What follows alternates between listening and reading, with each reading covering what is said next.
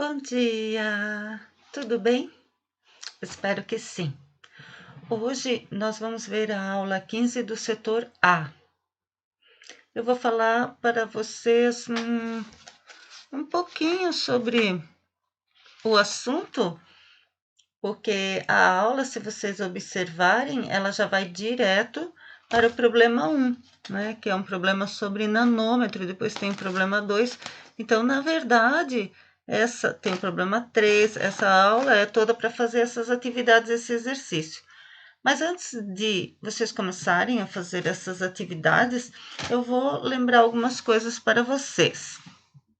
Então, prestem atenção. Olhem para essa busca que eu fiz aqui na internet sobre vasos comunicantes, né? Vamos olhar para essa figura aqui. Na figura 1, tem uma torneira aqui enchendo esse recipiente de água e ele está conectado. Aqui é muito ruim de ver, ó. Por isso que eu não estou fazendo grande, a gente está olhando aqui no pequeno mesmo, ó. Ele está conectado a um outro recipiente, o 2, que está conectado ao recipiente 3, que está conectado ao recipiente 4. A pergunta é, que tanque encherá primeiro? O que vai acontecer? Bom, eu creio que todo mundo vai pensar da mesma maneira que eu vou pensar e vou expor o que vai acontecer. Vai encher de água até chegar nesse nível aqui, no tanque 1, e o tanque 1 vai começar a fornecer água para o tanque 2, essa água vai descer e vai começar a encher o tanque 3. E isso vai ficar acontecendo até chegar nesse nível aqui em cima. Por quê? Vai enchendo o tanque 3 e vai entrando aqui pelo cano e vai subindo. Aí a água vai subindo e a água vai subindo até chegar nesse tanque 4. Daí o tanque 4 vai começar a encher. Vai começar a encher. E quando ele chegar por aqui assim, ó, o tanque 2 vai começar a encher. Até chegar aqui assim, né? E esses dois vão encher juntos. Né? A partir daqui, quando o nível estiver aqui. Por quê? O nível sempre fica o mesmo, a gente já tem essa coisa empírica de saber que isso vai acontecer. Vejam, eu tenho esses vasos comunicantes aqui, a mesma situação, um pouquinho diferente, né? Tenho aqui esse recipiente cilíndrico, tenho um cônico, tenho uma bola aqui com mais um cilindro e tenho esse aqui inclinado, né? E ele está aberto aqui, então, de forma que esses 4 vasos, eles se comunicam por essa parte aqui embaixo. E eu vou mexer esse vaso. O que vai acontecer? Vamos observar que o nível vai ficar sempre o mesmo. Estão vendo? O nível, estou derramando. O nível sempre, estão vendo? É uma reta horizontal. É uma reta horizontal exatamente onde age a pressão atmosférica. Isso mesmo, parabéns para quem pensou isso. Onde age a atmosfera, a pressão da atmosfera, exatamente. É o que acontece também no manômetro, né? Um instrumento como esse daqui. Vamos olhar o que acontece aqui, ó. Temos esse bulbo, esse balão cheio de vapor ou de vácuo ou um gás aqui dentro, ele está conectado a esse tubo. E esse tubo contém aqui o mesmo gás que está aqui. Nessa parte aqui nós temos alguma outra substância, pode ser mercúrio. E isso aqui está aberto para a atmosfera. Aqui é a mesma coisa. Essa parte está aberta para a atmosfera. Aqui nós temos um outro fluido que pode ser mercúrio. E aqui a gente tem o gás que está aqui dentro dessa esfera, né? Muito bem. O que acontece? Aqui nós temos pressão atmosférica. Então, esse gás aqui dentro, tanto nesse manômetro como nesse daqui, ele pode ser maior ou pode ser menor que a atmosfera. Se ele for menor que a atmosfera atmosfera vai exercer uma pressão maior sobre esse líquido.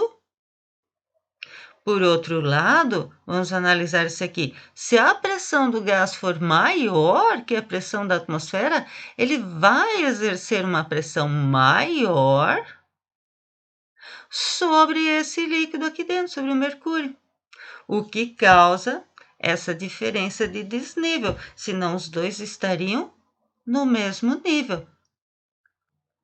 Observe aqui. O mercúrio está dos dois lados abertos para a pressão atmosférica. O nível é o mesmo. Aqui eu faço uma pressão maior que a pressão atmosférica. O que vai acontecer? Essa pressão maior vai empurrar e ocorre esse desnível, que é o mesmo para cima e para baixo. Observe aqui, agora eu tenho vácuo e aqui eu tenho a pressão atmosférica. Então, a pressão é maior desse lado, onde a atmosfera está atuando. Como essa pressão é maior, vai empurrar esse líquido para o outro lado até se equilibrarem nesse ponto. Novamente, eu tenho aqui um deslocamento que é igual para cima e para baixo.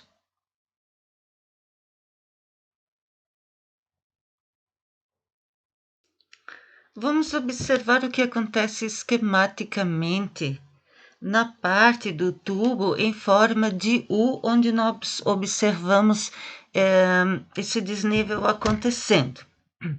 Então, vamos imaginar que aqui nós tenhamos uma escala, né, para medir essas distâncias. E aqui nós temos a parte aberta do tubo para a atmosfera ou para o vácuo, né, no caso do problema de vocês. E essa parte aqui, então, está submetida aqui à pressão do vácuo. E essa parte aqui está para o bulbo, né? Tem aquela parte da esfera em que pode se criar uma pressão diferente aí, né?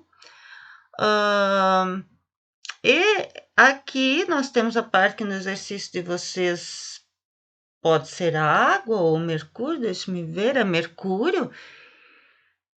E o que precisa se observar? Essa diferença aqui, ó, né? Essa diferença de altura que precisa observar na expressão matemática aí que nós vamos usar. Nós já aprendemos a calcular ali a pressão hidrostática, lembram? Que era aquele P igual a DGH, né? O DGH. Muito bem. O H que nós temos é esse aqui, ó, porque nesse ponto do mesmo nível a pressão é a mesma. Então, a pressão neste ponto que está aqui para aberto, para que submetido à pressão P2, ela é igual à pressão nesse ponto aqui que tem essa coluna de mercúrio ali sobre ela. Então, como é que nós procedemos aí aos cálculos? Vamos relembrar a equação? Só lembrando que provavelmente vácuo tem que ser do lado onde a pressão é menor, né? Porque a menor pressão que você vai ter é o vácuo. Então, nesse esqueminha aqui, o vácuo estaria do lado de cá, em P1. E aqui P2 seria uma pressão maior que vácuo, a pressão de um gás, pressão de vapor, ou alguma pressão que estivesse sendo feito aí, tá? Só para vocês não confundirem ali. Voltando à expressão da pressão hidrostática, né? Pressão hidrostática, que é aquela pH, né? pH igual a dGH, só para relembrar, né? Então, nós temos aqui uma coluna de algum líquido e o ponto B, a pressão está, esse ponto aqui que está sendo submetido aí à pressão dessa água sobre ele, né? Sobre essa área A. Essa pressão é o peso da água, P, né? A força peso sobre a área A. Então, como esse peso é a massa vezes a gravidade, então eu tenho que a pressão é a massa vezes a gravidade sobre a área. Lembrando ainda que a densidade é a massa sobre o volume, então eu tenho que a massa é a densidade vezes o volume. Substituindo massa por densidade vezes volume, eu tenho que a pressão é a densidade vezes volume vezes a gravidade dividido para a área. Mas lembrando que o volume é a área vezes a altura da coluna, né? Então, a área vezes a coluna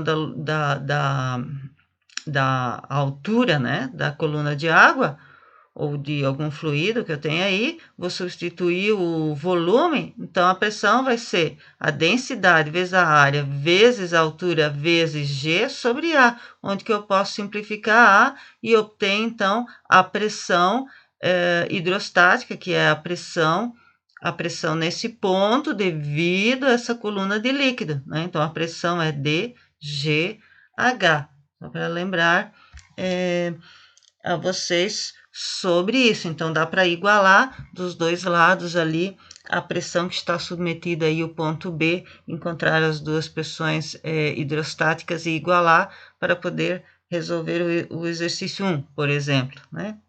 E os outros problemas, então, vão seguir esse mesmo conceito aí de pressão de fluidos, né? Então, bons estudos. Até depois, quando vou apresentar a correção, né? Quando vocês terminaram os exercícios, vocês entram nas correções para ver se acertaram. Bons estudos. Tchau.